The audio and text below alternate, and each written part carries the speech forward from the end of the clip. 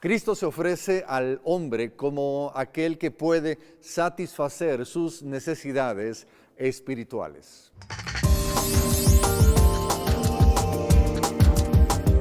Dios les bendiga, bienvenidos a este momento donde cada semana estamos compartiendo la palabra de Dios.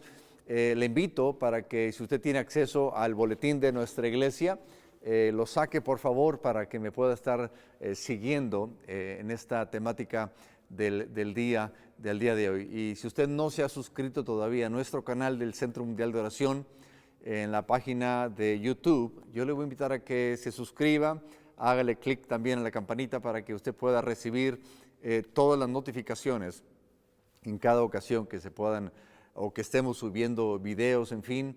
Créame que eso será de mucha bendición y de mucho apoyo también al ministerio de nuestra iglesia. El tema que traemos el día de hoy se titula El pan que descendió del cielo, y estaremos ahí en Juan capítulo 6, versículos 28 al 35, a lo que la Biblia nos dice de la siguiente manera. Entonces le dijeron, ¿qué debemos hacer para poner en práctica las obras de Dios? Respondió Jesús y les dijo, esta es la obra de Dios, que creáis en el que Él ha enviado. Le dijeron entonces, ¿qué señal pues haces tú para que veamos y te creamos? ¿Qué obra haces? Nuestros padres comieron el maná en el desierto, como está escrito, pan del cielo les dio a comer. Y Jesús les dijo, de cierto os digo, no os dio Moisés el pan del cielo, mas mi Padre os da el verdadero pan del cielo. Porque el pan de Dios es aquel que descendió del cielo y da vida al mundo. Versículo 34, le dijeron, Señor, danos siempre este pan. Jesús les dijo, yo soy el pan de vida, el que a mí viene nunca tendrá hambre, y el que en mí cree no tendrá sed jamás. A manera de introducción, sabe que de la misma manera que el hombre experimenta necesidades físicas que deben ser satisfechas, sabe que también tenemos necesidades espirituales. Y eso es lamentable o es tristemente que estas últimas, es decir, las necesidades espirituales, no siempre son reconocidas o satisfechas de la manera más adecuada. Y es interesante que tomando como punto de partida este interés que el ser humano pone en las cosas materiales, en el pan material, en la comida física, es interesante que Jesucristo se debe valer de esta preocupación para ofrecerse a sí mismo, al ser humano, como aquel que puede llenar nuestras necesidades espirituales. Es decir, Jesucristo toma como referencia el hecho de que usted y yo necesitamos la comida física para explicar la necesidad espiritual que todos tenemos. Aquí el problema es que las necesidades físicas sí las podemos satisfacer. Podemos desayunar, podemos comer, podemos cenar, en fin. Pero cuando tiene que ver en el aspecto espiritual, no siempre hacemos lo correcto para satisfacer. Y Jesucristo se vale, como acabo de mencionar, de esta necesidad física del ser humano para explicar la necesidad que usted y yo tenemos en el aspecto espiritual. Y de esto trata el tema de hoy, así que quédese con nosotros. El primer aspecto en sus notas es el hecho de que el ser humano busca muchas veces satisfacer esta hambre espiritual en lugares equivocados. Sabe que como seres humanos poseemos una fuerte tendencia a buscar nuestra salvación por medio de las obras. Y Jesucristo había estado hablando, había recomendado que era necesario trabajar por lo espiritual. Y cuando los judíos escuchan esto, ellos lo asimilan y lo toman como que ellos tienen que trabajar para ganarse la salvación. Y ellos le preguntan al Señor Jesucristo, ¿qué debemos hacer para poner en práctica las obras de Dios? Ahí en el versículo 28. Y el énfasis de ellos estaba en las obras. Y si bien es cierto que Dios demanda obras de los salvos, no las demanda para salvarnos, porque usted y yo sabemos que nuestra salvación no depende de nuestras obras, sino en el sacrificio mismo del Señor Jesucristo. Y es completamente opuesto al espíritu de las Escrituras el pensar que el favor de Dios se puede obtener por medio de las obras.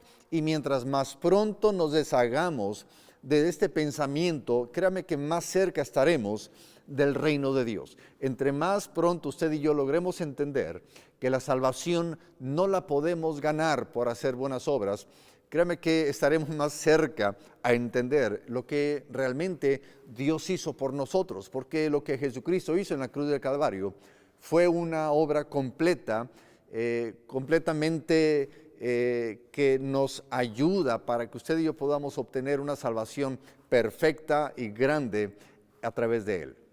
El segundo aspecto tiene que ver con el camino que cumple la obra de Dios. El camino que cumple la obra de Dios. ¿Sabe que Jesús responde a la pregunta de los judíos, donde Él les dice, esta es la obra de Dios? Dice, que creáis en el que Él ha enviado, versículo 29. Y en esta respuesta el Señor Jesucristo insiste en que la salvación se recibe solamente por fe. Y Cristo asegura que el creer es la más grande de las obras de lo que usted y yo podemos estar haciendo. Cuando usted y yo nos atrevemos a creer en lo que Cristo Jesús hizo en la cruz del Calvario, es lo máximo que podemos hacer. Nada podemos agregar a esto que Jesucristo realizó en la cruz.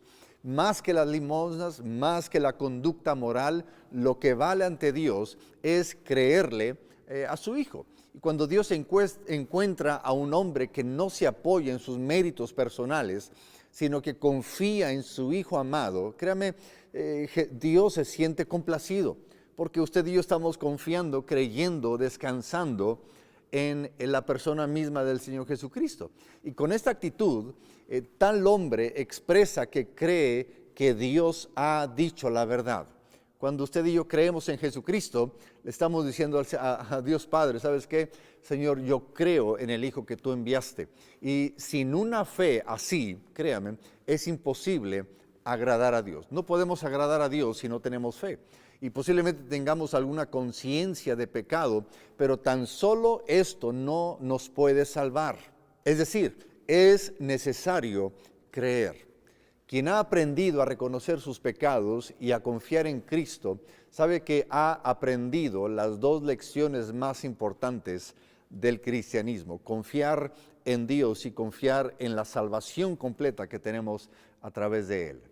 Y el tercer aspecto tiene que ver con la fe que no camina por vista. Los judíos responden al Señor Jesucristo ahí en el versículo 30, le dicen, bueno, ¿qué señal pues haces tú para que veamos y te creamos? Es interesante que a pesar de las explicaciones del Señor sobre la necesidad de creer, vemos que los hombres vuelven con facilidad a su incredulidad. Una vez más, los hombres volvieron al tema de las obras para pedirle a Jesucristo que hiciese alguna señal para creerle. Y créanme que esto es una contradicción, porque ellos querían pruebas para aceptar las verdades de Dios. Y esto no es fe. La fe es una confianza en que Dios no nos está mintiendo. Y sin embargo, estos hombres pedían a Jesús que les diera pruebas de que Él era el Cristo. Y a Dios se le debe creer sencillamente porque Él es Dios. Él no puede mentir, Él no puede mentirnos. Dios no necesita demostrar la veracidad de lo que afirma. En los versículos 31 y 32, Jesucristo les demostró que las señales milagrosas del Antiguo Testamento no pudieron satisfacer el hambre espiritual de las almas. Y la generación de Moisés fue la que más señales vio durante 40 años. Es bien interesante esto. Sin embargo, todos los milagros que ellos vieron en el desierto, a pesar de todo ello, todos murieron sin creerle a Dios. Es decir, no debemos pensar, pues, que con ver señales nos salvaremos, o que con ver señales, Señor, ahora sí te voy a creer. La verdad es que no tiene que ver eso con nuestro creerle a Él, sino que la fe no se basa en pruebas, sino en la confianza que Dios nos merece. Y la verdadera fe, la que salva, crea o cree aún sin que usted y yo podamos ver. Y decirle, Señor, yo creo en lo que tu palabra dice y yo creo en lo que Cristo Jesús realizó en la cruz del Calvario. Y en el cuarto aspecto es interesante que el pan que satisface a los hombres es Jesucristo mismo. La fe tiene grandes recompensas para el ser humano.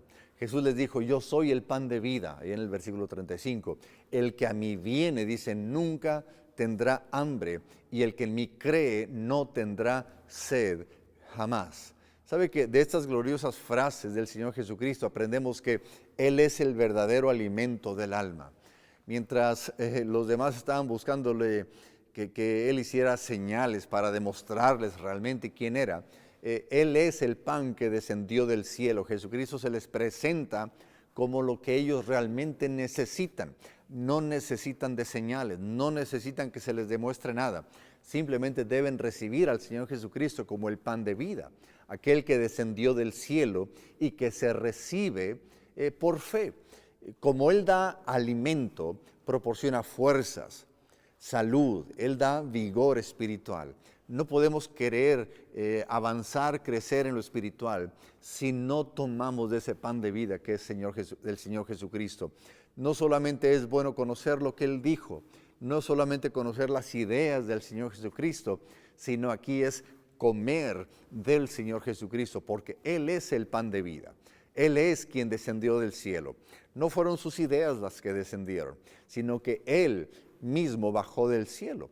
Y de alguna forma, cuando usted y yo ponemos nuestra confianza en Dios, nuestra confianza en Cristo, podremos comer del pan que da vida a los hombres. Usted y yo podemos descansar, usted y yo podemos confiar en Él completamente.